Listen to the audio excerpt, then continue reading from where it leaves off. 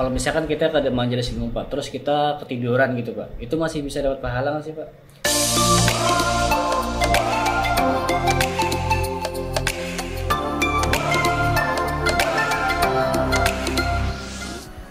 Assalamualaikum warahmatullahi wabarakatuh. Waalaikumsalam warahmatullahi wabarakatuh. Kembali lagi di channel Vitamin C. Kali ini kita akan membahas tentang menuntut ilmu nih. Mungkin Bapak Ustadz Mustafik juga bisa menjelaskan lebih detail ya tentang pentingnya menuntut ilmu. Pertanyaan ini Pak, seberapa penting menuntut ilmu untuk umat Islam Pak? Mungkin Bapak bisa menjelaskan lebih lanjut. Oke, terima kasih. Alhamdulillahirabbil alamin wal aqibatu lil muttaqin wala udwana illa 'alal zalimin. Wassalatu wassalamu ala sayyidina Muhammadin wa ala alihi wa sahbihi ajma'in, amma ba'du. Pertanyaan sangat bagus sekali. Seberapa penting menuntut ilmu bagi orang-orang Islam? Sangat penting sekali, karena baginda Rasulullah SAW bersabda dalam sebuah hadisnya, "Thalabul ilmi faridatun ala kulli muslimin wa muslimatin." Artinya, menuntut ilmu itu sangat diwajibkan. Di sini ditambah faridatun, ada tak yang menunjukkan mubalaghah. Begitu menjelaskan sangat pentingnya menuntut ilmu. Faridatun ala kulli muslimin, atas setiap orang muslim laki-laki, wa muslimatin, dan muslim perempuan. Biasanya kalau sudah disebut dengan muslim, maka yang laki-laki dan yang perempuan sudah termasuk di dalamnya. Tapi berkaitan dengan menuntut ilmu ini sampai disebutkan spesifik gendernya, muslimin wa muslimatin, bagi muslim laki-laki dan muslim perempuan. Jadi benar-benar sangat diwajibkan untuk menuntut ilmu. Kenapa? Karena Allah akan mengangkat derajat orang-orang yang berilmu dan orang-orang yang beriman. Dalam Al-Quran, Allah Subhanahu wa Ta'ala berfirman, "Yarfa'illahu alladhina amanu minkum walladzina utul ilma darajat." Allah akan mengangkat derajat orang-orang yang beriman di antara kamu dan orang-orang yang berilmu dengan beberapa derajat. Jadi berkaitan dengan pentingnya menuntut ilmu ini, orang yang menuntut ilmu, orang yang berilmu, derajatnya akan diangkat oleh Allah Subhanahu wa Ta'ala. Sebagaimana Thomas Alva Edison, semua orang mengenal karena berkat ilmu yang dia miliki dan penemuannya yang bisa menerangi dunia sampai saat sekarang ini. Oleh sebab itu, kita selaku umat Islam wajib untuk menuntut ilmu sejak kita dalam buayan sampai masuk ke dalam liang lahat, sejak masih dalam ayunan sampai kita meninggal dunia. Utlubul ilma minal mahdi ilal lahdi. Carilah ilmu sejak kalian masih dalam buayan sampai kalian masuk ke dalam liang lahat. Kemudian kelebihan ilmu berikutnya, kalau kita masuk dalam suatu pengajian, dalam majelis taklim, maka Allah akan memuji, menyebut nama kita di depan majelisnya para malaikat. Karena para malaikat dulu pernah, katakanlah, protes kepada Allah Subhanahu wa Ta'ala, "Kenapa engkau ciptakan manusia, sedangkan manusia pekerjaannya akan menumpahkan darah?" Tetapi oleh Allah dijawab, "Inni a'lamu ma la ta'lamun." Saya lebih mengetahui daripada apa yang kamu ketahui. Ternyata ini, wahai malaikat yang dulu kamu sangka manusia akan senantiasa berbuat kerusakan di muka bumi, akan saling membunuh. Ternyata mereka rajin mengaji, mempelajari ilmuku, sehingga dia semakin mendekatkan diri kepada. Itulah pentingnya kita menuntut ilmu. Nah, untuk misalkan teman-teman yang mau tahu nih Pak, ganjaran apa yang bisa didapat dari orang yang datang ke majelis ilmu Pak? Oke, terima kasih. Pertanyaan sangat bagus. Ini mudah-mudahan bisa memotivasi kita semua untuk senantiasa datang ke majelis ilmu. Karena Allah menyediakan pahala yang sangat besar, pahala yang sangat tinggi derajatnya kepada orang-orang yang senantiasa hadir di majelis ilmu. Dalam sebuah hadis, baginda Rasul Shallallahu Alaihi Wasallam bersabda, "Ya bana Mas'ud, julusuka sa'atan fi majlisil ilmi, la yamassu qalaman, wa la yaktubu harfan, khairun laka min ibadati alfi raq'atin tatawwu'an." Artinya, wahai Ibnu Mas'ud, sesungguhnya dudukmu di majelis ilmu yang tidak menyentuh pena dan tidak menulis satu huruf pun dalam majelis ilmu tadi, khairun laka, itu lebih baik bagi kamu, min ibadati alfi raq'atin tatawwu'an, dibandingkan dengan ibadah 1000 rakaat sunnah. Artinya, kalau kita mau duduk di majelis taklim, dalam majelis taklim tadi, misalnya kita hanya sekedar mendengar, hanya menjadi mustami', kita tidak membawa buku, tidak membawa pulpen, itu masih lebih baik dibandingkan dengan sholat 1000 rakaat. Apalagi kalau kita datang ke majelis taklim, kita sambil memegang pulpen, sambil mencatat ilmu yang disampaikan oleh ustadz yang mengajarnya, maka itu jauh lebih baik dibandingkan hanya sekedar kita mengaji tanpa kita membawa pulpen, tanpa kita membawa buku. Tetapi dengan kita hanya mendengar saja, itu sudah lebih baik dibandingkan sholat sunnah 1000 rakaat. Kalau misalkan kita ke majelis ilmu Pak, terus kita ketiduran gitu Pak, itu masih bisa dapat pahala nggak sih Pak? Betul. Jadi kalau kita datang ke majelis ilmu, kemudian kita ketiduran, apakah masih mendapatkan pahala? Masih untuk mendapatkan pahala. Hanya ilmunya akan berkurang. Minimal sewaktu kita tidur tadi, ilmu yang disampaikan oleh ustadz kita tidak mendengar. Tapi kalau pahalanya, karena sewaktu kita datang ke situ kan kita tidak tidur, kita masih melek kan untuk datangnya. Kita mulai tidurnya sewaktu ustadz menjelaskan, berarti niatnya sudah tersampaikan, karena sewaktu dia datang niatnya untuk mengaji, hanya saja mungkin karena aktivitas terlalu capek sehingga dia ketiduran. Itu lebih baik dibandingkan dengan tidak hadir sama sekali. Nah, untuk yang mau nanya Pak, kan juga ada nih misalkan orang yang yasinan aja gitu, misalkan datang ke majelis taklim, mungkin bedanya itu orang yang yasinan misalkan dia mengamalkan setiap malam Jumat gitu Pak, itu udah termasuk ngaji bukan sih Pak? Ya, terima kasih. Ini pertanyaan yang sangat bagus. Ini kadang-kadang ada yang membedakan antara pengajian dengan zikir. Maka sering dua istilah ini sering mengemuka. Yang pertama adalah majlis taklim. Majlis artinya tempat duduk, taklim untuk menuntut ilmu. Jadi majlis taklim berarti kita duduk untuk menuntut ilmu. Di situ ada ilmu yang disampaikan oleh ustadz kepada para jamaahnya, sehingga si jamaah ini mendapatkan tambahan wawasan, tambahan ilmu, sehingga dia bisa mengamalkan ilmu tersebut. Tapi sekarang ada juga yang ngaji, pengajian kita hanya sekedar membaca yasin, membaca tahlil, tanpa dibahas apa itu arti bacaan yasin, apa itu bacaan tahlil. Yang penting kita membaca. Apakah itu mendapatkan pahala? Iya, jelas mendapatkan pahala.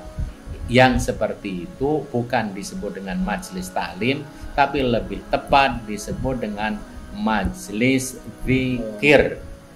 Karena di situ orang-orang yang ada di situ mereka adalah sedang berzikir, sedang mengingat Allah dengan membaca Yasin, dengan membaca tahlil. Akan lebih baik kalau majelis zikir tadi sekaligus juga dijadikan majelis ta'lim. Artinya setelah membaca Yasin, Yasin yang kita baca ini diterjemahkan. Maksudnya apa? Tafsirnya bagaimana? Sehingga kita membaca bukan sekedar membaca saja, tapi tahu artinya. Tetapi kalau kita tidak tahu artinya, hanya membaca saja itu sudah baik. Karena apa? Karena yang dibaca Yasin itu adalah Al-Quran. Setiap satu huruf akan dibalas 10 kebaikan.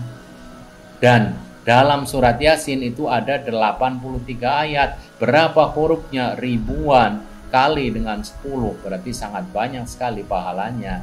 Tetapi sekali lagi akan lebih baik lagi kalau bukan sekedar membaca, tapi kita juga memahami artinya. Kalau yang dibaca Al-Quran jelas mendapatkan pahala, walaupun kita tidak mengerti artinya sama sekali. Itulah perbedaan antara Al-Quran dengan bacaan yang lain, dengan kitab yang lain. Kalau kita membaca kitab yang lain, kita tidak ngerti artinya, ya kita tidak akan mendapatkan pahala. Tapi kalau Al-Quran, walaupun tidak ngerti artinya, mendapatkan pahala. Sekali lagi, akan lebih baik apabila kita bukan sekedar membaca, tapi juga menerjemahkan, kemudian membaca tafsirnya, dan akhirnya bisa mengamalkan apa yang kita baca tersebut. Jangan kita hanya membaca Yasin, tahlil, sudah 10 tahun, 20 tahun, tapi tidak ada perubahan. Ya, masih tetap ngomongin orang, pakaiannya belum menutup aurat, kemudian terhadap ilmu agama kita masih sangat minim. Karena apa? Karena kita hanya sekedar berpikir, belum bertaklim. Nah, untuk itu berarti belum cukup ya untuk datang ke majelis zikir itu ya, Pak? Berarti dia juga harus tetap ke majelis ilmu gitu. Betul. Jadi belum cukup kalau dia hanya datang ke majelis zikir saja. Karena apa? Karena ya dia tidak akan menambah ilmu, tapi dia hanya menambah pahala. Sementara yang diperlukan bukan sekedar menambah pahala saja, tapi juga menambah ilmu. Karena dengan ilmu yang dimiliki, nanti kita akan bisa amar ma'ruf nahi mungkar, bisa menyuruh orang berbuat baik dan bisa mencegah orang berbuat mungkar. Karena dalam majelis ilmu sudah dikatakan ini yang baik, menggunjing orang itu namanya hibah, pahalanya akan diambil untuk orang yang kita hibahi. Tapi kalau dia hanya datangnya ke majelis zikir, dia sering membaca Yasin tapi masih menggunjing juga, jangan-jangan malah pahalanya habis. Karena dia lebih banyak menggunjingnya dibandingkan dengan berzikirnya. Oke teman-teman, makasih yang sudah menonton video ini. Sekarang sesi tanya jawab ya. Ini dari teman-teman juga, mungkin yang pertanyaan ini juga mewakilkan pertanyaan juga dari sebagian kalian. Pertama, apa hukum seorang suami yang lebih mementingkan ibunya daripada istrinya? Oke, terima kasih. Bismillahirrahmanirrahim. Alhamdulillahirabbil alamin wa bihi nasta'in ala umurid dunya waddin. Wassalatu wassalamu ala sayyidina Muhammadin wa ala alihi wa sahbihi ajma'in, amma ba'du. Ya, pertanyaan yang sangat baik sekali. Ini sering terjadi di antara kita. Ya. Apa hukum seorang suami yang mementingkan ibunya dibandingkan istri sendiri? Jadi istri dinomor duakan. Ya. Engkau adalah yang kedua. Karena yang pertama adalah ibunya. Hukum suami yang lebih mementingkan ibu daripada istrinya itu adalah baik. Kenapa? Karena kewajiban seorang laki-laki, dia adalah berbakti kepada kedua orang tuanya, terutama kepada ibunya. Dalam hadis dikatakan siapa yang harus aku berbakti kepadanya? Kata Nabi, ummuka, ibumu. Sumaman. Kemudian siapa lagi ya Rasul? Ummuka. Ummuka sampai 3 kali. Baru setelah 3 kali abuka, baru bapamu. Jadi perlu disadari oleh para istri, jangan sampai setelah kalian menjadi seorang istri, suami itu milikmu 100%. Tapi suamimu adalah masih milik ibumu. Perlu kita sadari juga, karena suami tadi adalah anak dari seorang ibu, maka dia wajib berbakti kepada ibunya. Ibunya yang sudah membiayai dia kuliah, jadi sarjana, mencari kerja. Masa begitu dia nanti sudah menikah dengan Anda, kemudian orang tuanya harus disia-siakan, gaji yang besar, yang menikmati cuma istrinya, padahal yang membiayai dulu adalah ibunya. Maka kita jadi seorang istri harus sadar bahwa seorang suami adalah anak dari ibunya yang masih tetap harus berbakti kepada ibunya.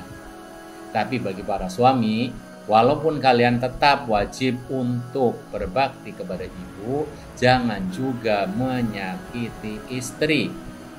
Hak istri, ya, nafkah lahir dan batin tetap harus dipenuhi.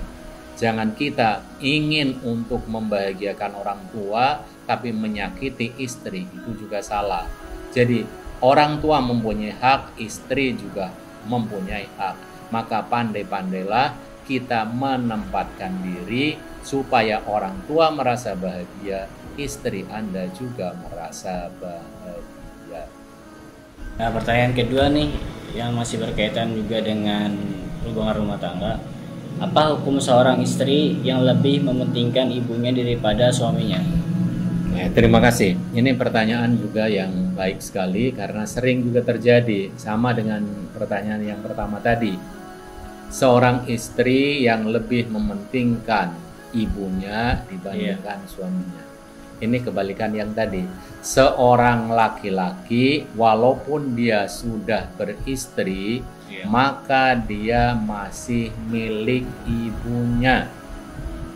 Tetapi seorang perempuan apabila dia sudah bersuami, maka dia milik suaminya.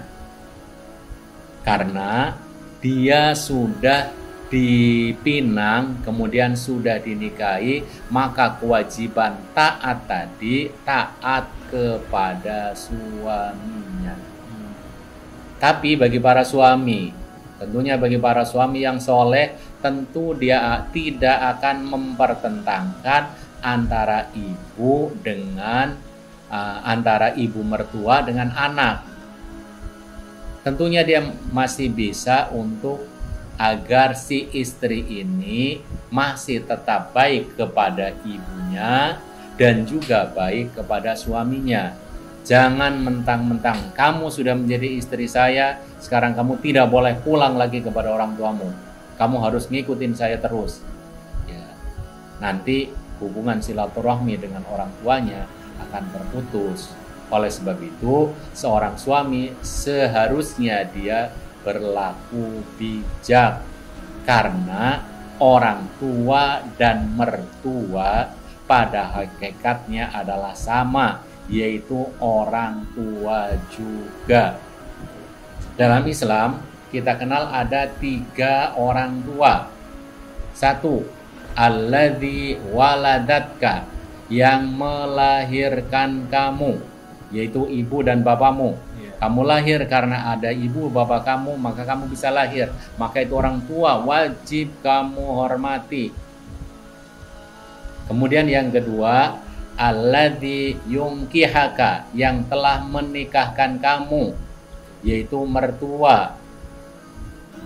Karena dengan kamu menikah, yang menikahkan adalah orang tuanya, maka dia adalah orang tua kamu juga. Jadi hakikatnya mertua adalah orang tua juga. Kemudian yang ketiga, alladzi 'allamaka, yang telah mengajarimu, yaitu para guru.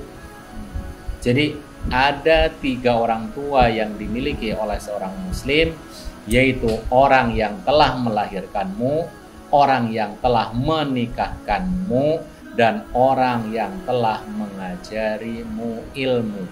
3-tiganya wajib dihormati. Kalau kita sudah mengenal itu, tentu seorang suami dia tidak akan otoriter, agar istrinya juga masih bisa berbuat baik kepada kedua orang tuanya. Suami juga hendaknya mendukung itu.